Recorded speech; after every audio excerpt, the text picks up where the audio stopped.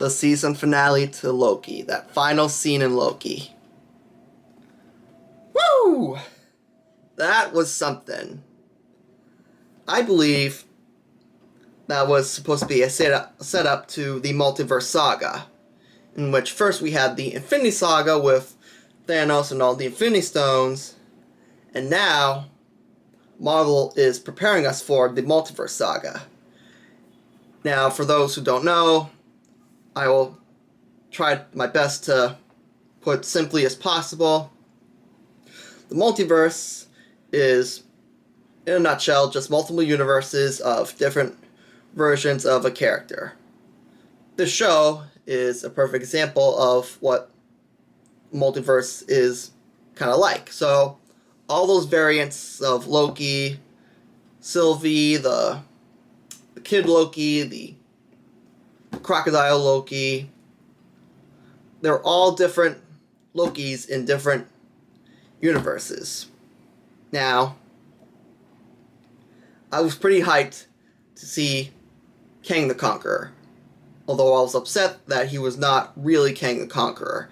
He was only a variant, meaning he's just a different version of Kang.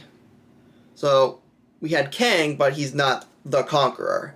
He's someone who just keeps the timeline flowing and, make sure it's not going crazy and stuff. But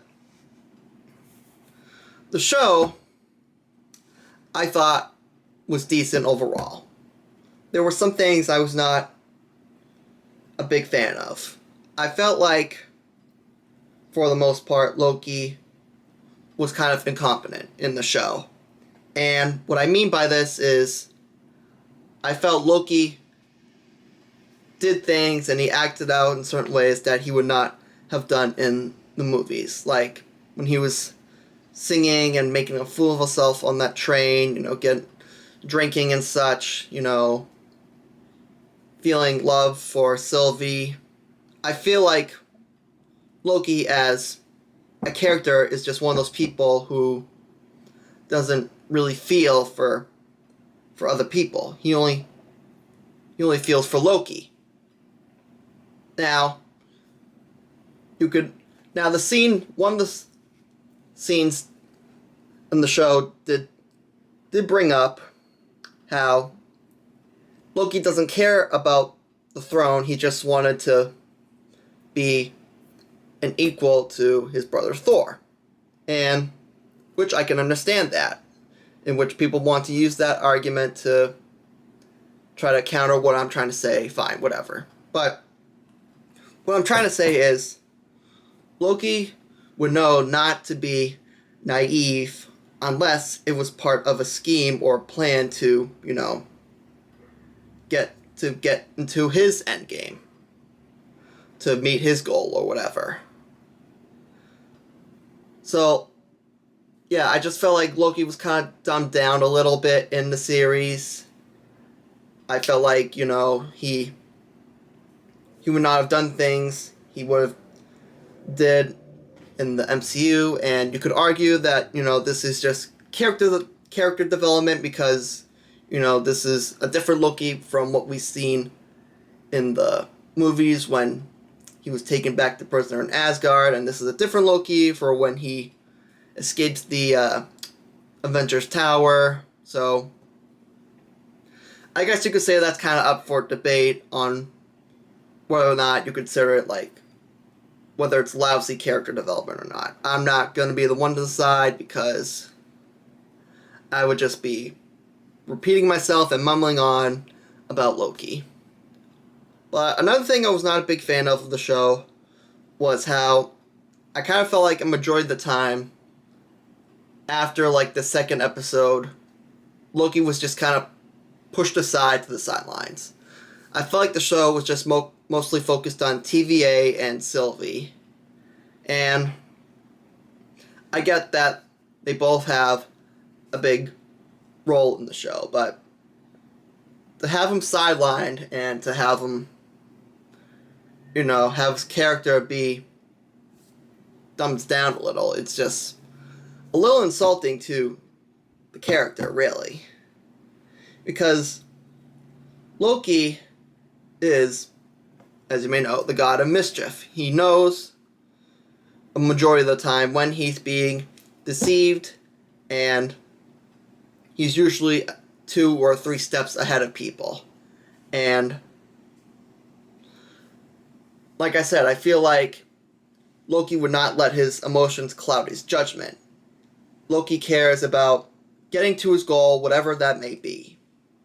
So I don't feel like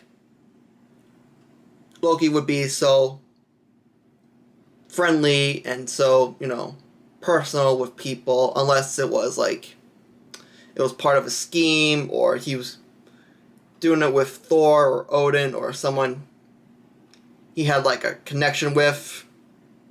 But regardless, that's just some of the things I was not a big fan of the show.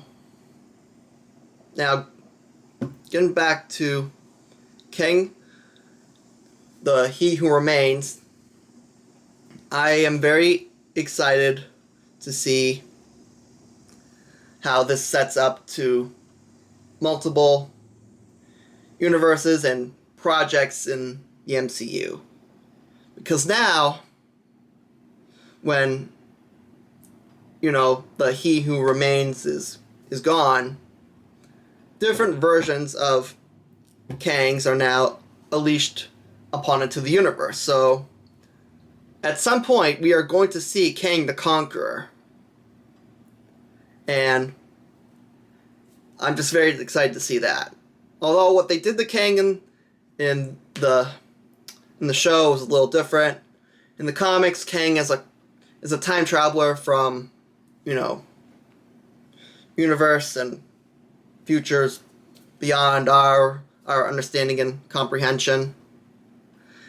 But I feel like maybe in the future there's going to be a variant of that Kang who that's where he's going to be from, so I'm sure they're going to set up Kang the Conqueror just nicely. But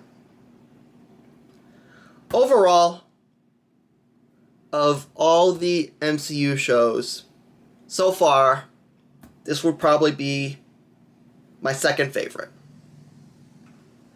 And, I think there's a lot of potential coming into universe now with the multiverse being set up. Because now, the multiverse can possibly bring in the X-Men and the Fantastic Four. I think at some point it could be possible with how the last episode was set up. So, overall, Loki as a character, I was not a big fan of. The show, I kind of liked it. There were some things I would have done differently. There were some things I were not a fan of, but overall, I thought it was decent. And decent enough for me to rank it my second favorite MCU show so far. Oh, and let's not forget some of our another of our favorite characters, the Orange Clockwork, also known as Miss Minutes, voiced by Tara Strong, who some of you may know in a variety of voice acting shows and video games and such. So, yeah, that's really about it. We got a lot to look forward to. I feel like the show definitely was a great setup to what there is to come in the future. How it's going to be executed and done, that's a different story.